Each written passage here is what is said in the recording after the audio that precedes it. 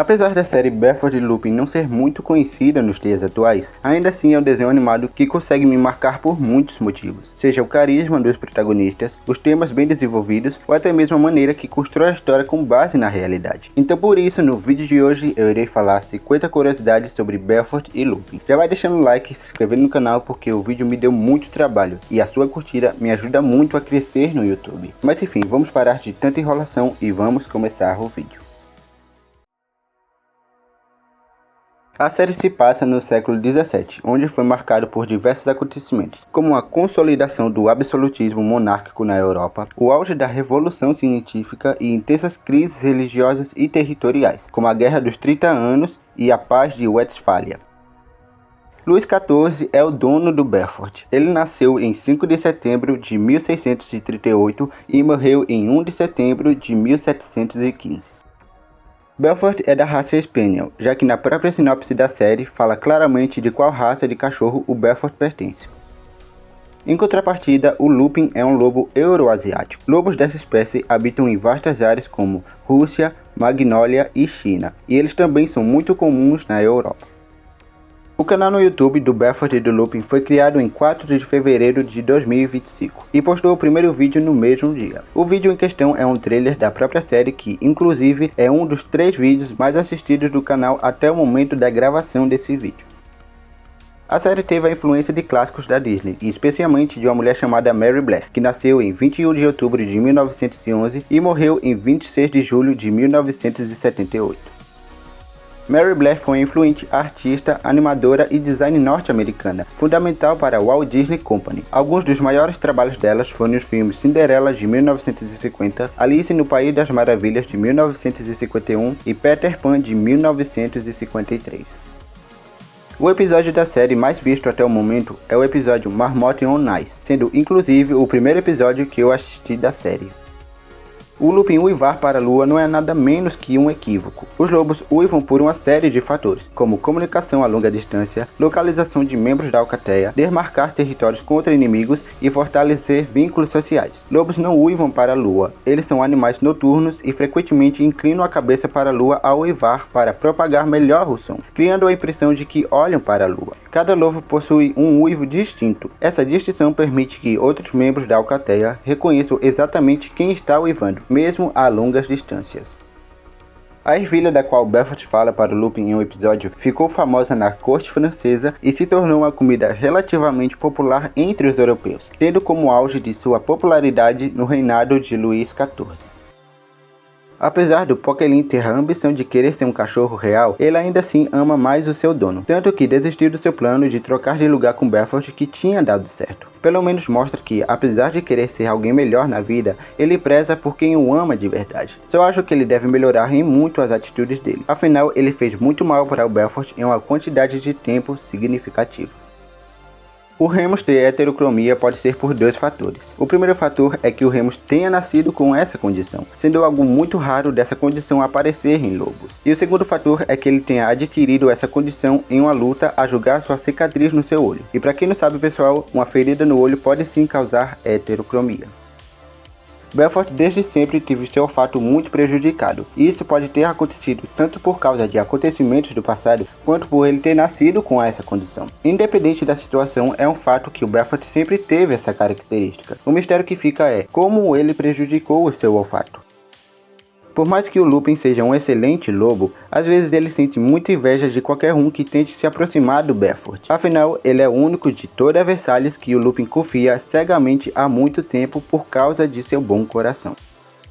O Luís XIV era uma pessoa tão ruim que em determinado momento do seu governo, toda e qualquer atitude de desobediência era vista como um grave pecado, sendo considerado um ataque direto a Deus. Luís XIV tinha o costume de usar Deus como desculpa para suas atitudes durante o seu reinado. Pelo menos isso explica porque todos da série têm tanto medo de desobedecer o Rei Sol.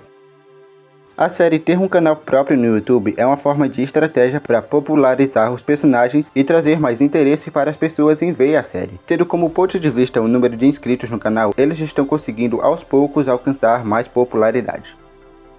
O diretor da série se chama Philippe Vidal. Ele trabalhou em algumas produções ao longo do tempo, sendo uma delas Garfield de 2024. Infelizmente, ele veio a óbito ano passado, em setembro de 2025. A coleira que o Belfort sempre usa é parte do símbolo que corresponde à realeza francesa do século XVII. A flor de lis é um símbolo heráldico clássico, representando estilizações de um lírio ou íris. Do francês, fleur de lis significa flor de lírio, sendo amplamente adotada como um lírio dourado. Esse símbolo é associado à graça, força, tradição, pureza e vida, características que batem perfeitamente com a personalidade do Belfort. Ainda nesse tema, o símbolo da realeza de Luís XIV é um sol com um rosto que é uma representação estilizada e simbólica do rei associada ao seu título, e não um retrato realista. Os raios simbolizam a influência e o alcance do poder do rei por toda a França, as mãos simbolizam o poder judicial e a autoridade do rei para governar com justiça, e a flor de lis representa a realeza e a nação francesa. Os dubladores em francês da série se chamam Alexandre Guyen, que faz a voz do Belfort, e Hugo Bruchwink, que faz a voz do Lupin. Enquanto os dubladores em inglês se chamam Matthew Lurett, que faz a voz do Belfort, e Bruce Sheffield, que faz a voz do Lupin. Alguns dos dubladores em francês de outros personagens da série são as seguintes pessoas: Barbara Tissier como Ariane e como Tani, Emmanuel Hausenberger como Boo Temps, Antoni Chauvisky como Basir, Magali Rosewink como Pomme e Madame Rosa, e Natalie Holmes como Diane, a mãe do Belfort. Enquanto o Lupin odeia limão, o Belfort ama essa fruta, sendo inclusive a fruta favorita dele. Algo muito diferente, eu diria. O Luís XIV teve o reinado mais longo da história europeia, que durou 72 anos, que foi de 1643 a 1715. Sendo assim, o Luís começou seu reinado com pouco mais de 4 anos de idade após a morte de seu pai, Luís XIII. O canal francês onde se passa a série se chama France 4, onde é dividida em duas faixas, a faixa cultural, que vai das 5 às 9, e a faixa infantil, que vai das 9 às 5. Apesar de parecer que era impossível ratos viverem em perucas, assim como a Gazette, isso é de fato algo que aconteceu de verdade. É historicamente verdadeiro que ratos e outros parasitas viviam em perucas e penteados elaborados nos séculos 17 e 18. O uso de perucas tornou-se moda na Europa a partir do reinado de Luís XIV, muitas vezes para esconder a calvície provocada pela sífilis. O fato de ratos e outros tipos de animais viverem nas perucas nessa época era devido a vários fatores, como materiais orgânicos que serviam de abrigos, falta de higiene por não poder lavar o cabelo e produtos na época que atraíram a atenção de alguns animais. Apesar da série não mostrar tão nitidamente, é notório que o Belfort e Lupin são um casal gay. Afinal, eles se cuidam e se amam muito. O episódio que deixou essa questão muito mais claro foi o episódio The Big Bad Wolf, onde no final os protagonistas praticamente falam que se amam, além de fazer um gesto de carinho entre os dois que faz formar um coração, simbolizando assim um amor entre os dois. Por incrível que pareça, a série possui sim uma ordem cronológica para ser assistida. Eu vou deixar organizado aqui para vocês de acordo com o que está mostrando no site da France TV. Será que isso significa que a série vai ter uma história própria? Apesar do governo do Rei Sol ter tido muitos pontos negativos, ainda assim houve momentos no seu reinado das quais marcaram muito a França, como a centralização e estabilidade política, a construção de Versalhes, o auge cultural e artístico, a modernização administrativa, o poder econômico e mercantilismo e o fortalecimento do exército são alguns dos exemplos dos pontos positivos do governo do Rei Sol. Por mais que a Diane seja muito rígida com seu próprio filho e siga fielmente as regras de Versalhes, ainda assim ela consegue ser alguém de muita boa índole em algumas situações. Não que isso vá fazer diferença para ela. Um fato pouco citado na comunidade da série é sobre a ausência do pai do Belfort, já que ele nunca falou se tinha um pai ou não. Talvez ele tenha morrido antes do Belfort nascer ou foi embora quando o Belfort ainda era um filhote.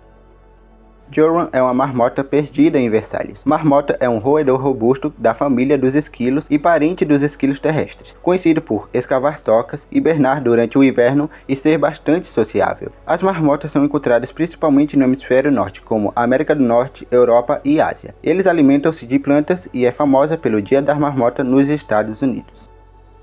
Belfort e Lupin possui o volume 1 de um livro cujo formato é entre 218 a 300 mm. O livro tem 56 páginas, está em francês e está saindo na bagatela de 32 a 258 reais na Amazon. Parece que eu vou ter que economizar. A personalidade do Belfort é tão pacífica que, por mais terrível que o animal seja, ele odeia usar violência, pois abomina essa forma de expressão. O que, em contrapartida, o Lupin não vê nenhum problema em dar um belo jeito em animais maldosos. Apesar de Luís XIV ter tido muita influência na França com seu reinado, ainda assim ele deixou a França em maus lençóis, como a crise financeira extrema, guerras despretensiosas, fome, pobreza, desgaste da imagem real, revogação de Edito de Nantes, impostos opressores e mortes na família real. Lupin e Gazeta não gostam de fogos de artifícios. Enquanto o Lupin não gosta deles por causa dos estrondos e explosões, a Gazeta não gostam deles não só por esses fatores, como também por serem muito perigosos, algo muito coerente, já que ela é um rato. Fogos de artifício podem até mesmo ser perigosos para os humanos, já que a pólvora, que é o material principal dos fogos de artifício, é altamente inflamável. Por isso exige muito cuidado do indivíduo para manusear esse material, que é um perigo em potencial para qualquer um. No perfil oficial do Belfort e Lupin no YouTube, possui 4 links. O primeiro link leva para o perfil deles no Tico Teco, o segundo link direciona você para a France TV, o terceiro para o aplicativo Oco e o último para algumas informações extras dos personagens e também um dos livros da série. O sorvete chegou na Europa no século XVI e se popularizou no século seguinte no reinado de Luís XIV. A comercialização dessa grande iguaria se expandiu em 1670. O Palácio de Versalhes, onde o Rei Sol morava, foi fundado em 1623 e aberto ao público como museu em 1837. Ou seja, essa construção tem mais de 400 anos. Uma construção e tanto para todos os franceses. Belfort e Lupin não só possuem um livro, como também outros das quais eu encontrei na Amazon. E na minha opinião, os livros dessa série são bem caros. Pelo menos não deixa a desejar nos desenhos. E espero que na história também não. A série foi confirmada para ser exibida em outros países, como Alemanha, Bélgica, Suíça, Canadá, Hungria, Finlândia, Eslováquia e República Tcheca. Infelizmente não há nenhuma confirmação para o nosso país até o momento desse vídeo. A série é produzida pela Ellipse Animation e pela Belvision Studios, em colaboração com a France Televisions. O desenvolvimento da série começou no ano de 2019. O Remus brigar tanto com o Belfort ao longo do seu episódio de introdução possa ter algo com relação no seu passado. Afinal, ele aparenta ter muita experiência e saber lidar muito bem com muitas situações, apesar de algumas vezes necessitar da ajuda de terceiros. O Palácio de Versalhes é uma das maiores residências reais do mundo. Ele possui cerca de 2.300 cômodos distribuídos em mais de 63 mil metros quadrados. A estrutura monumental conta com 2.153 a 2.157 janelas, além de 352 chaminés, 1.250 lareiras e 67 lances de escadas, cercado por 800 hectares de jardim, o que equivale a 8 milhões de metros quadrados. É confirmado na série que o Lupin nunca conheceu a sua família, e isso pode ter acontecido por inúmeros fatores, tais como doença ou fraqueza por parte do filhote, morte da mãe, escassez de alimentos, perturbação humana e até mesmo a rejeição da própria mãe. Lobos geralmente cuidam muito bem dos seus filhotes, e em casos raros podem até acolher filhotes órfãos de outras alcateias. Eu acho que a série deveria sim falar abertamente o motivo da ausência da família do Lupin. Quem sabe isso acontece um dia.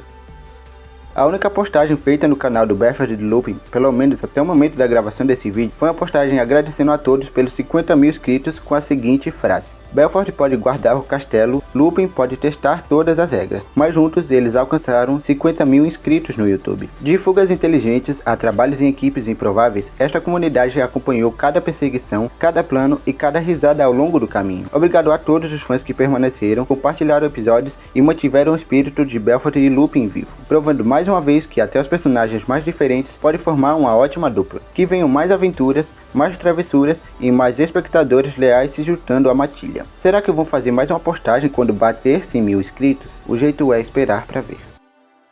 O uivo de um lobo pode ser ouvido a uma distância impressionante, variando conforme o ambiente. Em florestas densas, o som pode viajar por cerca de 10 km. Em áreas abertas, o uivo pode ser ouvido a até 16 km de distância. Então podemos dizer que a longevidade de um lobo uivando depende muito do ambiente e de fatores externos, e não totalmente do animal. A série não é só algo para divertir as crianças, e sim um conteúdo muito cultural, já que além de pegar muitos elementos na história real e introduzir na série, eles ainda dão uma aula de história no final de alguns episódios, para explicar um pouco mais sobre a Inglaterra no período de Luís XIV. Uma característica muito explorada do lupin é seu olfato, que é usado em algumas ocasiões. Cachorros usam seu olfato para ler o ambiente, identificar emoções humanas e rastreamento. Em alguns casos, os cachorros usam o olfato para identificar doenças como câncer e diabetes, enquanto os lobos usam o olfato para caça, rastreamento, comunicação social, marcação e defesa de território, identificação individual, detecção de perigo, navegação, exploração e socialização. A diferença do olfato entre lobos e cachorros é que enquanto os lobos usam o olfato para garantir sua própria sobrevivência em ambientes hostis, os cães usam esse sentido altamente especializado para interagir com os humanos e entender o ambiente ao seu redor. Os homens usarem salto não era algo incomum na época. Para quem não sabe, pessoal, quando os saltos foram criados por volta do século X, eles eram exclusivamente para homens, pois tinham a finalidade de prender os pés nos estribos durante a cavalgada e atirar flechas com mais estabilidade. Foi só com o tempo que os saltos ganharam nobreza e status, sendo adotados na Europa no século XVII, antes de se tornarem populares entre as mulheres. A série foi criada por Ted Stelly. Segundo ele, a ideia para criar a série veio por conta que ele estudava em uma escola perto de Versalhes. Ele, em certo dia, descobriu que muitos animais viveram em Versalhes durante o reinado de Luís XIV. Enquanto ele pesquisava mais a fundo sobre o assunto, ele achou que seria interessante contar a história de Versalhes do ponto de vista dos animais. Uma grande ideia que daria vida para uma das séries que eu mais gosto hoje em dia. Mas enfim, pessoal, esse foi o vídeo, espero muito que vocês tenham gostado. Por mais que eu tenha aprendido muita coisa sobre o século XVII, admito que a edição e pesquisa do vídeo me deram muito trabalho, já que eu tive que estudar muito sobre essa questão para trazer esse vídeo para vocês. Me diga aqui nos comentários se vocês querem que eu faça a parte 2, e se esse vídeo der bem, eu com certeza vou fazer. Mas enfim, deixa o like, se inscreva no canal e ative o sininho das notificações. Muito obrigado por assistir e até o próximo vídeo.